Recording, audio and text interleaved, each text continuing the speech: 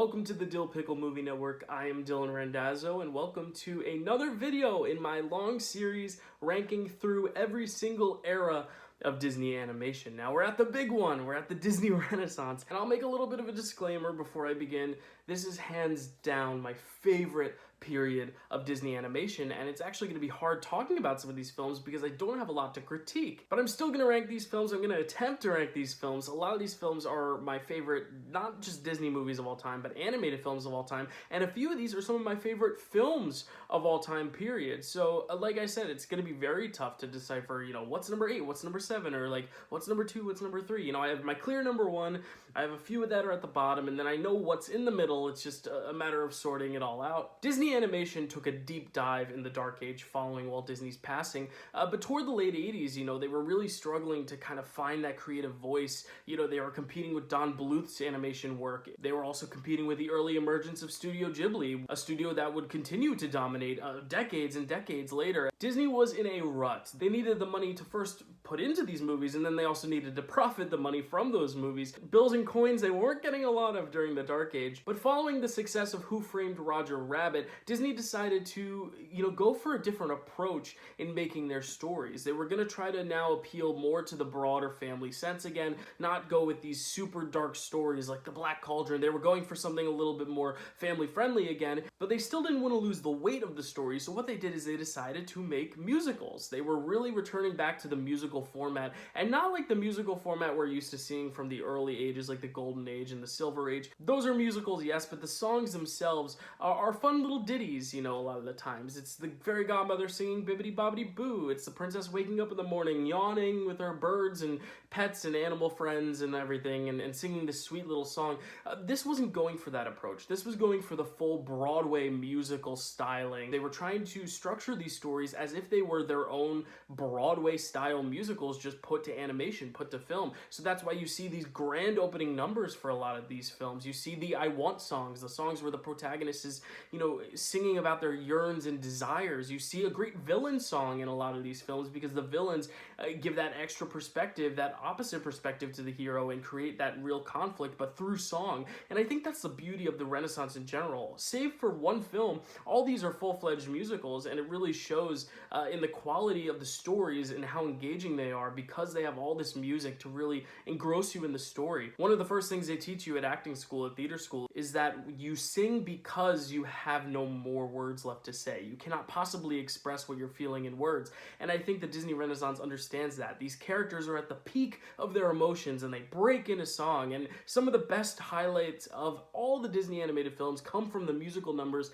in these films. So for each film today, except for one obviously, which is not really a musical, we'll get there when we get there, I'm going to share my favorite musical number because I think that's also very important because this is an era not just of great animated films, but of great animated musicals. Let's get right into this ranking though. At number 10, I do have Pocahontas. Now, Pocahontas is looked at as a semi-failure for Disney only because they were coming off of 4 really strong films, being The Little Mermaid, Beauty and the Beast, Aladdin, The Lion King. Those 4 films, they won a lot of awards. They kind of brought Disney back to, what they wanted to always strive for decades and decades. And Pocahontas was going to deliver on that again. It was going to be like this 5th big film to follow up those 4.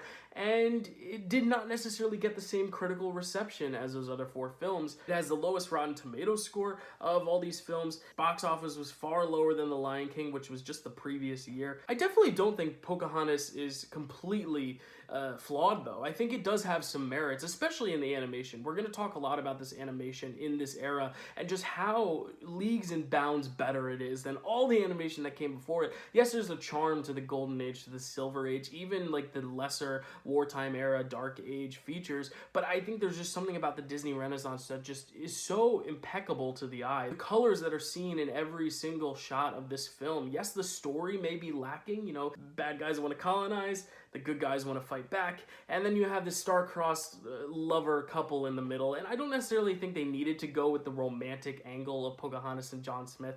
I don't really 100% buy the romance there. I wish it was just more of like just understanding as humans, as individuals, almost like a friendship, because in actuality, Pocahontas didn't marry John Smith. She actually married John Rolfe, who we actually see as the lead love interest of the next film, the direct-to-video sequel. But getting back to my main point, I think the story here, it's a little bare bones. It's a little lackluster, it drags at times, it's a little slow, the dialogue is not all that compelling, and I do think, yes, there are shades of racism just in the sense that we are getting a lot of the colonizers' perspective. We're supposed to really like sympathize with them, and you know, some of the Native American characters are villainized at times. I do think by the end, though, they do get the point across that they are siding with the Native American characters, like you're supposed to take their side, but the lines are a little blurred at times, and I think that can be problematic. But again, like my main point I was making earlier, the animation's so stunning that at times when I'm kind of out of the story and I'm kind of sitting back and I'm like, all right, what's gonna happen? When's this gonna pick up? I'm still able to soak in all the scenery and all the beauty of the colors and just really enjoy the atmosphere. And I think that's why Pocahontas is great,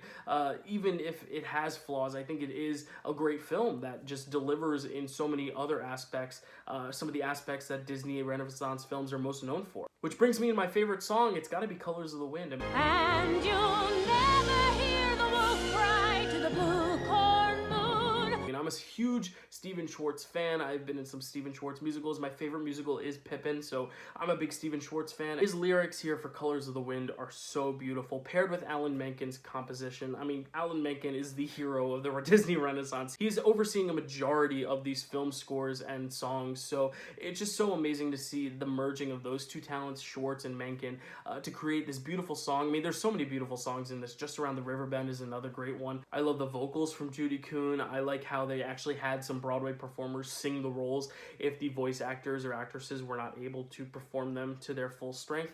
I think for animation, you can definitely get away with it because, you know, we are seeing the drawing. We're not seeing different actresses. It's not like the old musicals where they would dub over voices. Like, I think it's okay to have a voice actor for the performance of the dialogue, one for the song, and I think that works here too. With all the colors of the wind.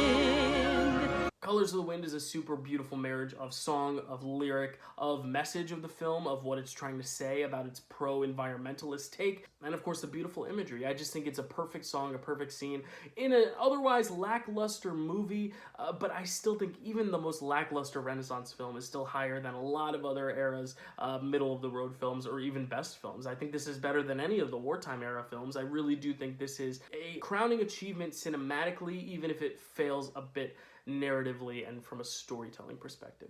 At number 9, we have The Rescuers Down Under. This is the kind of the one exception of like, it doesn't really fit the mold of all the other Renaissance films. The Renaissance really kicked off with The Little Mermaid in 1989, but then it didn't get back into the musicals. It had this extra kind of outlier film in the middle. But that's not to say The Rescuers Down Under is bad, because it's not at the bottom of this list. It's actually a spot above Pocahontas, and I think it's because the story is a lot more engaging. I think The Rescuers had such a good premise, you know, these two mice who are going to help kids in need who are struggling for some really deep and tragic issues.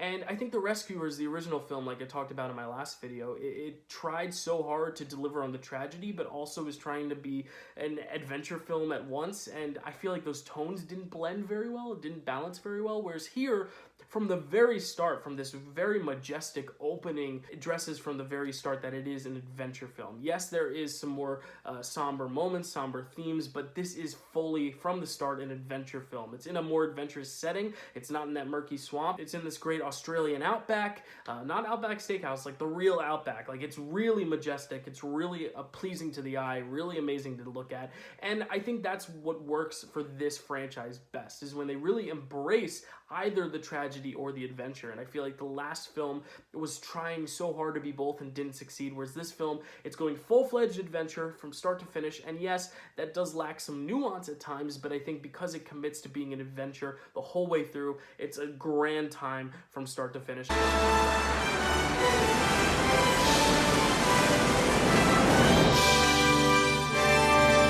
I love the vocal performances. I think getting George C. Scott to voice the villain is like a huge get for Disney. Like, that's such a big deal, and he delivers his role really well. Just an overall very solid film. At number 8, I have Hercules. Now, disclaimer, I love Hercules, and I think this is where we're getting to the nitty-gritty of like, my brain is going crazy trying to rank these films, because from 8 to 1, all these films are films I rewatched a lot as a kid, are films that are deeply personal to me, deeply nostalgic, and films that I just love. I love Hercules, and the fact that it's number 8 just goes to speak about how highly I regard the other films on the list. The fact that Hercules, the great Hercules, is this low, I think it's just a testament to how good Disney Renaissance is.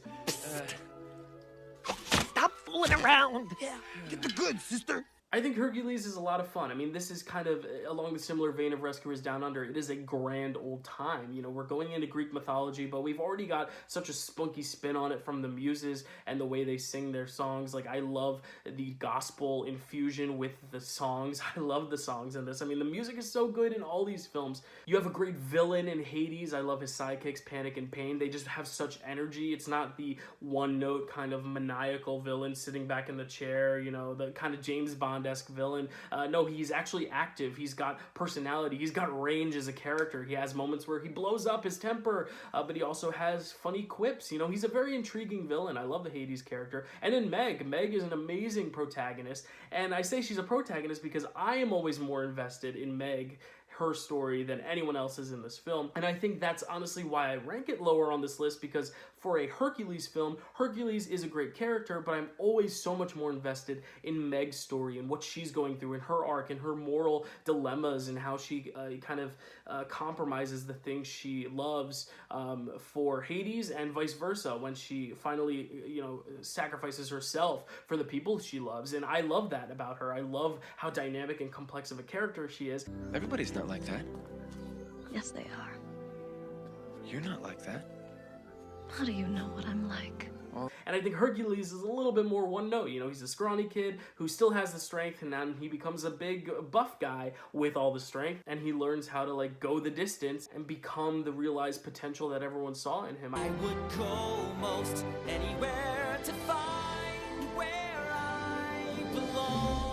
I like his story, but I think his story is not as interesting as Meg's, and I think he as a character is not as interesting as all the colorful characters around him. Pegasus, Phil, Zeus himself. I just find the supporting cast of Hercules that much more impactful and that much more memorable than Hercules himself. So for that reason, it's at number 8. As for my favorite song, I think Go the Distance is one of the great I Want songs. I am on my way.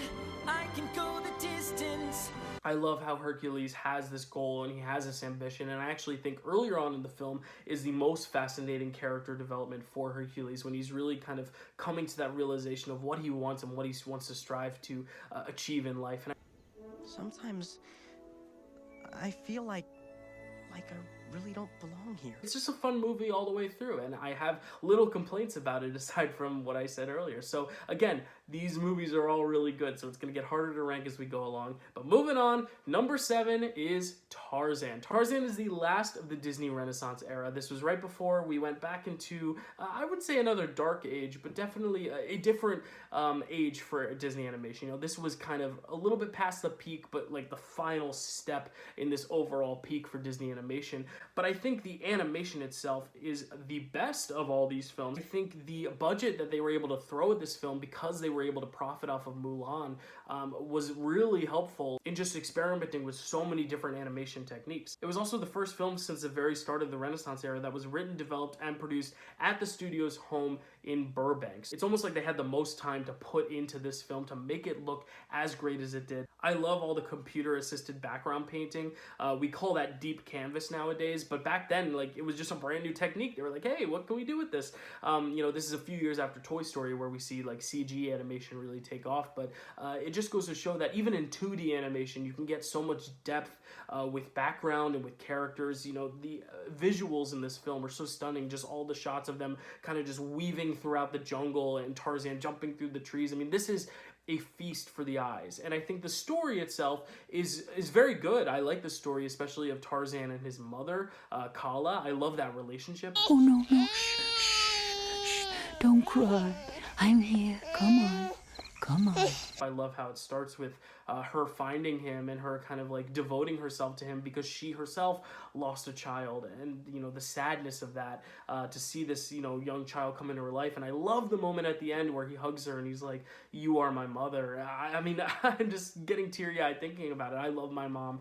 Obviously my mom is my greatest hero, so like this movie is like one that reminds me of her, which I really like. I think in the middle though it loses a bit of steam. It gets a little boring. It kind of feels like that Pocahontas thing of like, you know, these these two worlds trying to understand one another, and Jane and Tarzan, you know, Jane showing him all these cool human things, and Tarzan being like, but here's all the cool jungle stuff. And I think there's like a good half hour there where, aside from the song Strangers Like Me, I just get a little bit bored by the middle chunk of it, but I think the start of it is so strong. I think the supporting cast is great. I think the character of Tarzan is very interesting. I love how his arc changes and how he learns what is meaningful to him. It's kind of the opposite anti-Jungle Book thing, whereas Jungle Book is all about how he needs to go learn how to be human and he can't live his whole life in the jungle. Tarzan's like, no, like, I want to stay in the jungle. I want to live in the jungle. I love the jungle, and kind of brings Jane into his world. I think that's just a cool spin. And again, I'm going to talk about it again. The music is phenomenal. Phil Collins this time taking the helm for the music here. And I can't pick one song I love. I mean, the sentimental one for me is You'll Be in My Heart. It's the one that, of course, makes me think of my mom. You'll be in my home. Yes, you'll be in my home. But Son of Man is just such a bop. I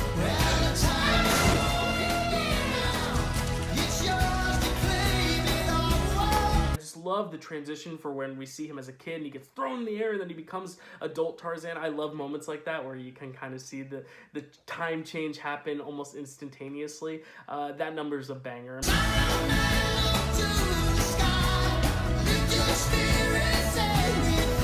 This film is full of amazing soundtrack moments, so it definitely ranks higher on this list than some of the others I mentioned because of that. At number 6, we have Mulan. I am super fond of Mulan, especially because of its subject matter and its pro-feminist messaging. Mulan is someone who is underestimated by all her peers. Even when she is disguised as a man in this war, she takes her father's place because she cares about him and doesn't want him to get more injured or worse, killed in this battle, because he is old, he is frail, he is not as strong as he used to be. She essentially sacrifices herself, you know, knowing that she could very well fall in battle, and she goes in there and does all the things that other men can do, and it's really amazing to see. It's very inspiring. I can see how young girls growing up could see this and be inspired by Mulan and her story, and even as a young boy I was inspired by this because it also taught me not to judge other women and to treat them as equals. I related with Shang a lot because he was able to see that, like, yeah, like,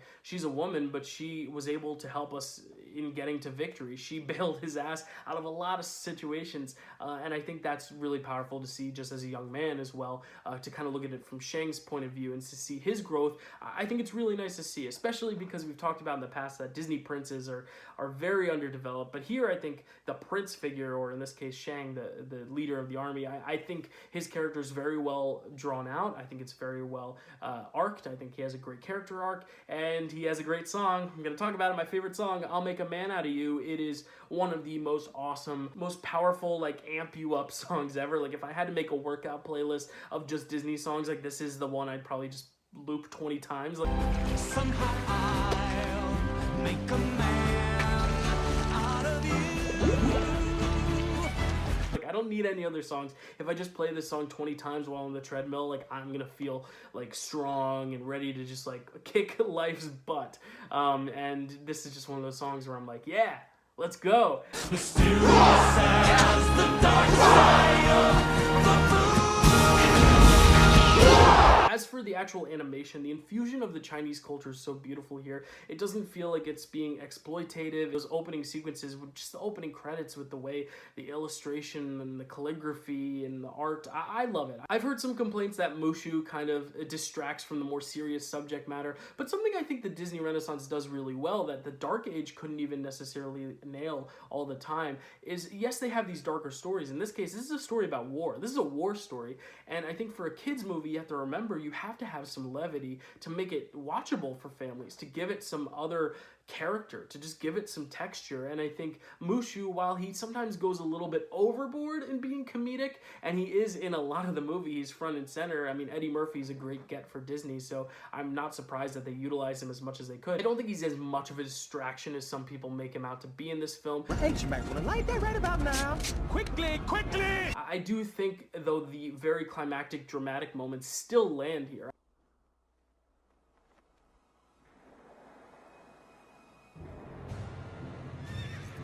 here. I don't think they're all undermined by jokes. Some of them are, yes, but I don't think all of them are consistently undermined. I actually think the one battle, the snow avalanche battle, yes, Mushu does start it, and yeah, bad on Mushu for setting off that firecracker that, you know, kind of gave away their spot. But I think once that whole sequence happens and Mulan shoots the firecracker at the avalanche, starts the avalanche with all those Huns, like that is a seriously dramatic, like epic war sequence put to film, and it's animated, but it still feels so raw and real.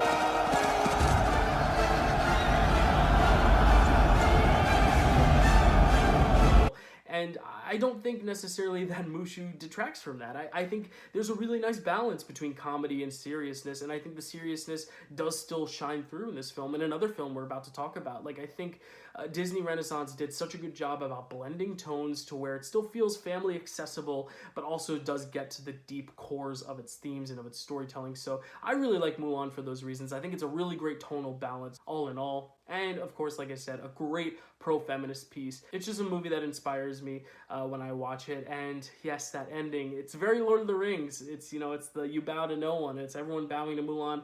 Whew, that gets me in my feels. Moving on to number 5, we have The Hunchback of Notre Dame. This may be a little bit of a hot take because I know so many people put it lower on the list, and I think it is because it is inherently a very dark story and doesn't necessarily fit like the whole, like, we're the grand Disney Renaissance. You know, this is kind of like that, you know, tortured soul of the bunch. You know, it's very dark, very dismal at times, but like Mulan, I still think there are moments of levity. You know, it's not all 100% dreary drama the whole way through, but the drama is still able to come through, which I appreciate about this film. It is a very dark film. You know, some very adult themes, gypsies and, you know, the climate of politics in France, the church and religion, and it's dark. It's very, very dark. The centerpiece villain song here is Hellfire, which I think is the scariest Disney villain song ever. Hellfire, dark fire, now gypsy, it's your turn. I think Claude Frollo is probably the most compelling Disney villain we've ever seen, and it's a shame that this film in general is a little underrated because I think he should be in the talks amongst, you know, some of the great Disney villains that we've talked about previous, like Cruella de Vil, Captain Hook, Hades, like I just mentioned. Like, I think he belongs on that list of great Disney villains. I love it. I love it. I love it for its darker tones. And yes, some people have the same argument that I mentioned with Mushu, with the gargoyles, that the gargoyles detract. I actually think the gargoyles detract less than Mushu does from Mulan because the gargoyles are so separate. Like, they have 1 or 2 scenes where they get to have their fun gargoyle fun. Jason Alexander's great in the role, but like, the gargoyles are such a supporting role in this, whereas Mushu is much more at the forefront of Mulan. The whole argument that the gargoyles retract from the deepness and the weight of the story, I definitely disagree with that. I think the gargoyles add some of that levity that you need in a story like this because it is so heavy. I mean, the roots of the story are even heavier than what we see here. I mean, this is a film that deals with,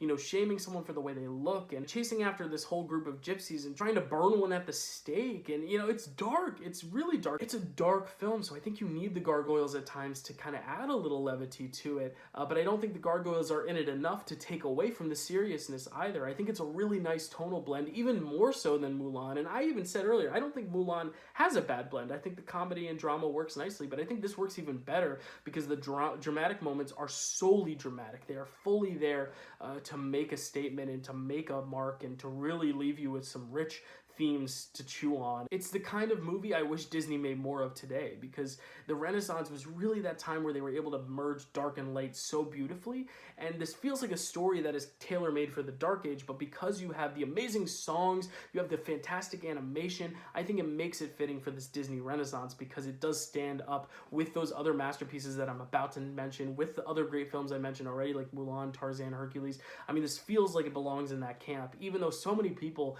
I feel like, set it aside as one of the lesser films. And if you don't like it, that's fine. That's just opinion, but I really do urge people to give this another watch because it is so powerful. It is so rich. Based on sheer individuality, I really do think this is one of Disney's greatest efforts, especially in the last few decades and eras. As for my favorite song, I mentioned Hellfire. It's probably the scariest villain song. Not my fault. I'm not to blame.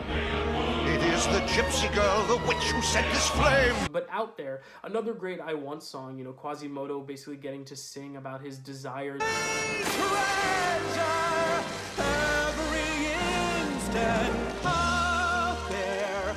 And and I just love the shot of him on the bell tower. I mean, they really make it feels like such a giant immersive world, to then emphasize that Quasimodo is such a small part of it. He almost feels lost in this bigger world, but then to see him standing amongst this world, looking out at all the people down below him, you know, it gives him that sense of power, that sense of awe and inspiration.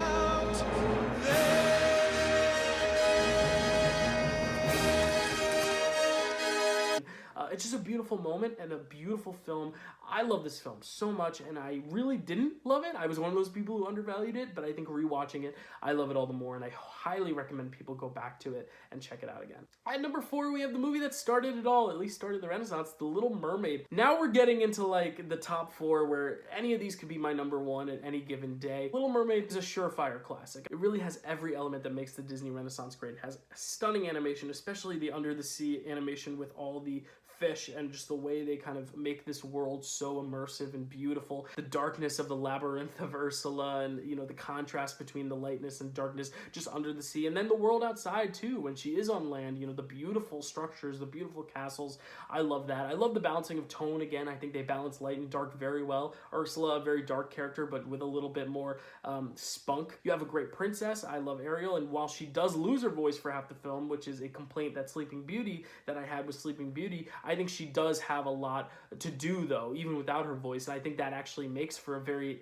interesting second half. You can really see her just kind of experience all these things she's been longing for with Part of Your World. I mean, Part of Your World is such a stunning song. Not my favorite of the bunch, just because Little Mermaid is full of great songs, which leads me to my favorite song from Little Mermaid. It's Under the Sea. I love Under the Sea. I love the orchestrations using these different fish, using the way these fish are designed to almost create the sounds. Like Play the flute, the cop, play the harp, the bass, play the bass, and they sound and sharp. the big fish has the almost tuba-like voice. Like, I just love all the instrumentation and the orchestrations here. I just think the song is a great, fun song to put on. It's fun to listen to, but it also has thematic resonance. You know, this idea that everything's great down here, but they're really just kind of brainwashing Ariel because she knows that there is more out there, and she just wants that. But, you know, it's kind of this tactic to get her to stay and to remind her what's great down there, which then creates a really nice fitting ending when she is able to kind of merge both worlds, you know, be someone on land, but also still have that part of herself that belongs to the sea. And you see it with this great final shot in King Triton making the rainbow. It's just a really nice tale about star-crossed lovers, yes, but more so the idea of not letting our differences and where we come from define our experiences and who we're able to meet and who we're able to spend time with. And I've heard a lot of criticisms about the casting for the live-action remake, but I think having someone who is a minority playing this role makes a lot of sense, because this film is all about minorities. It's about a girl who is a literal mermaid, and she can't be with the boy she loves or the boy she lusts after because he's a white man who lives on the land. And, you know, that divide of like her wanting so much more but her not being able to because she's from under the sea. It's kind of a parallel to America and how certain groups are kind of set back because of the color of their skin, their environment, where they come from, and some people have privileges. I think this is a whole film about privilege. I'll swim up to his castle, then Flounder will splash around to get his attention, and then Down we'll go... here is your home. Trying to create that balance in that marriage. In this sense, it's a romantic sense, and yes, it's a fairy tale, and I know people are going to say I'm diving, no pun intended, too deep into this, but I really do think it's a great parallel for the social microcosms of life, and I think that's why casting a minority as the lead for this film in a live-action remake makes all the sense in the world, because you're trying to emphasize that divide and how while we do look different, while we may face adversity, we are still one of the same. We all have the same dreams, the same ambitions, and that's what this film does well,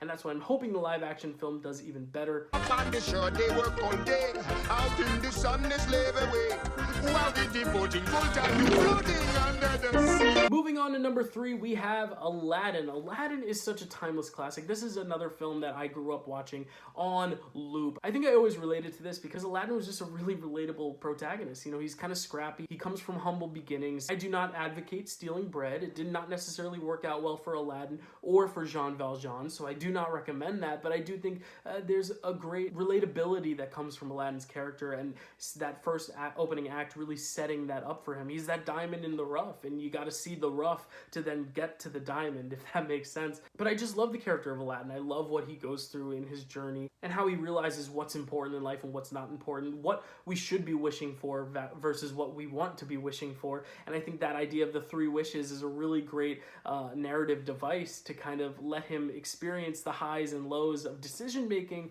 and goals and ambitions. I just think it's a stunning film. And yes, Genie is incredible. Genie is one of my favorite characters. You see him right behind me. He's with Aladdin right there. I love Genie. I love what Robin Williams brought to this character. There's not much else to say that hasn't been said about his performance. It's one of the great vocal performances in Disney's history and animation history. My favorite song's got to be A Whole New World, though. I love the romantic duet on the magic carpet. There's something about the sweeping nature of the visuals that I love that accompanies the song, but just the song in itself, it has great harmonies.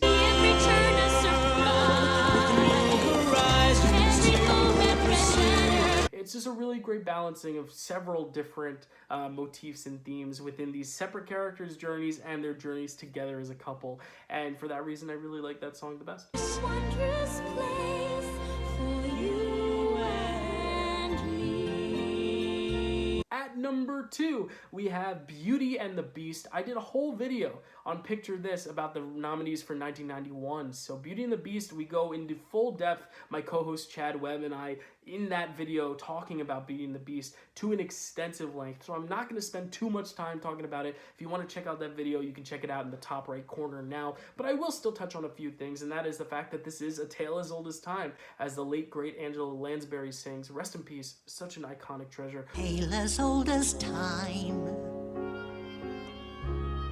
true as it can be. You know, I like how this is a timeless tale and the fact that it can relate to anybody because it's all about not judging a book by its cover. I mean, that's a very timeless message. I think the characters are so fun. I love all the enchanted objects. I love how they all have distinct personalities based on the objects they are. Like Cogsworth is very smart because he's the clock. He tells time.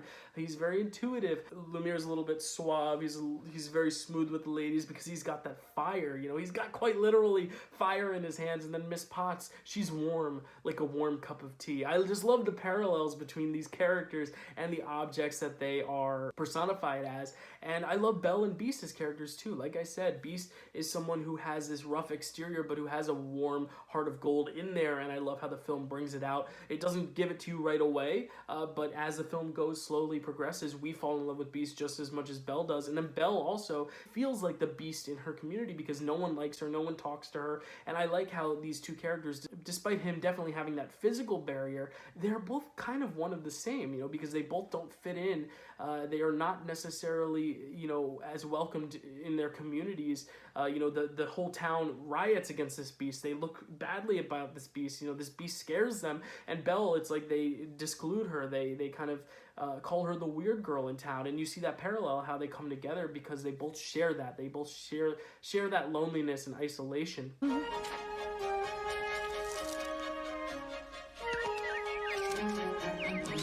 The fact that this is the first Disney animated film, the first animated film period to be nominated for Best Picture, definitely says a lot. With the late great Howard Ashman, what he was able to do with the score here with Alan Menken, it is a beautiful marriage of lyric and music, and all the songs are incredible. I can't pick just one. I mean, I guess I'll go with the titular Beauty and the Beast just because it's got the most personal resonance with me. I mean, I remember growing up dancing to that song with my grandparents, you know, whenever it would come on. They'd put it on and it would be an excuse to get me to dance with them. But I was always happy to do it because I love that song. I love that magical movie moment. It's just such a personal film to me and I love it so much. At number 1, we have The Lion King. You probably knew that if you know me personally. If you've seen my Letterboxd, you know I love The Lion King. I talk about it so much on so many different videos. Maybe my favorite animated film ever. Definitely my favorite Disney animated film, unless, of course, I still have more films to watch in this series. Maybe a film will surprise me and end up being better. I highly doubt it, only because The Lion King to me is perfect cinema. I'm a Shakespeare geek, so seeing that this is essentially Hamlet in a different formula, I like West Side Story, how it kind of puts a spin on the Romeo and Juliet thing. I think this does the same thing with Hamlet. It doesn't have every single detail pulled from Hamlet. Obviously, there's some liberties, you know, they don't go full-fledged with every single beat-for-beat Hamlet, but it is the general idea of, you know, the uncle killing the king, and then the king's son being banished and then coming back and fighting the uncle for his place amongst the throne. There's such a great sense of grandeur in this film. There's just an epic nature to everything. And maybe that's because of Hans Zimmer, because Hans Zimmer's score here is 10 out of 10 flawless. I really don't know. I'm not who I used to be. Remember who you are. You are my son. But I also think just the way they kind of tell the story, when they hit on the emotional beats, just the idea of the full circle moment of him and his father, you know, it literally is a circle of life, you know. It starts off with him, these amazing conversations they have about being king, the kings and the stars and all that, and then at the end you see that it is the stars that lead him back to his path of redemption. I just love it. It's a great redemption story. Again, it just has such an epic nature to it that I love. And like a lot of these Disney Renaissance films, like I've talked about, the epic nature of it does not get lost in the comedy, because the comedy is abundant in this, even more so than any of these other Disney films. I mean, Timon and Pumbaa are hilarious, but it still never loses sight of the drama. They aren't just there to be stupid. They're there to be charming and there to add some levity, because this is a deep film. This is a dark film. Even the dark villain, Scar, has funny henchmen and sidekicks, the hyenas. You know, I think you need that comedy to outweigh the drama, but even in the comedy, you know, the comedy is just so masterfully done that, you know, even those moments hit so powerfully. What do you want me to do, dress and drag and do the hula? Like, it's an epic comedy and an epic drama all woven into one giant epic masterpiece. I keep using the word epic because that is what it is. It just feels that way. In the animation too, just the great, gorgeous landscapes, the way the character design is, just the way the paws of the lions make surface with the ground below them. This film really embraces the world and the environment, and you start to see that when Scar takes over and, you know, there's this barren wasteland, and you start to see at the end, and when Simba takes the throne, you know, in this rainstorm, and you start to see the crops grow afterwards when they transition to the future. I just think it's a beautiful piece. It has so much to say. It is not just a Hamlet remake. It has its own character, its own identity, its own characters that we know and love. I can't pick a favorite voice performance. I mean, Jeremy Irons as Scar is terrifying. James Earl Jones as Mufasa is as majestic as ever. I love the comedic side performances from Rowan Atkinson as Zazu, Nathan Lane as Timon, Ernie Sabella as Pumbaa, obviously the hyenas, Whoopi Goldberg, Jim Cummings, and the great Cheech Marine. I can't pick a favorite one. I can't even pick a favorite song. I guess it would be Circle of Life, just because it gives me so much chills when you see that Nazivenya, you know, you see the sun kind of just come up amongst the horizon.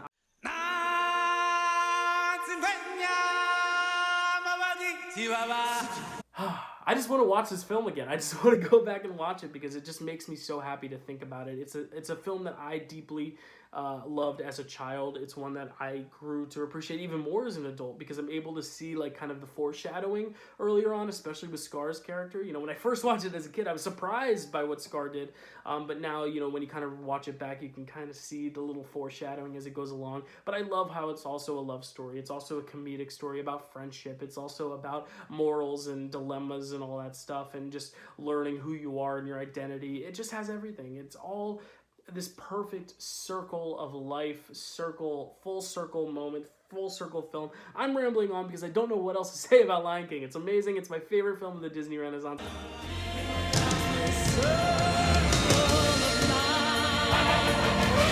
This whole era of animation is incredible. From 10 to 1, every single film has something special about it. Even Pocahontas, which I don't love, even Rescuers Down Under, which I'm not a mega fan of, I still think they bring some amazing things animation-wise to the table. I think 2D animation itself has never been better, and I think this animation really set forth a whole ground for so many studios, Disney itself, to build upon. I mean, we see the emergence of Toy Story as Pixar's first film in '95 amongst us. We see Henry Selick's Nightmare Before Christmas comes out in this span of time with the stop motion stuff. You also have a lot of other studios emerging, like DreamWorks emerges in the late 90s. Of course, like I said, Studio Ghibli kind of takes off at this time too. So it really goes to show that these animators really paved the way for something so magical. And that's why I love it so much. It is my favorite era of animation to talk about. Next month, we'll be talking about the post-Renaissance era. It's kind of a bland name for it, and I think that's because some of the films some consider pretty bland, but these were the films that I actually saw like in theaters growing up. I was born in the late 90s, so all these Renaissance films I was watching on repeat in VHS, but the films we're going to talk about next week are the ones that I grew up watching in theaters. Like, I was there for them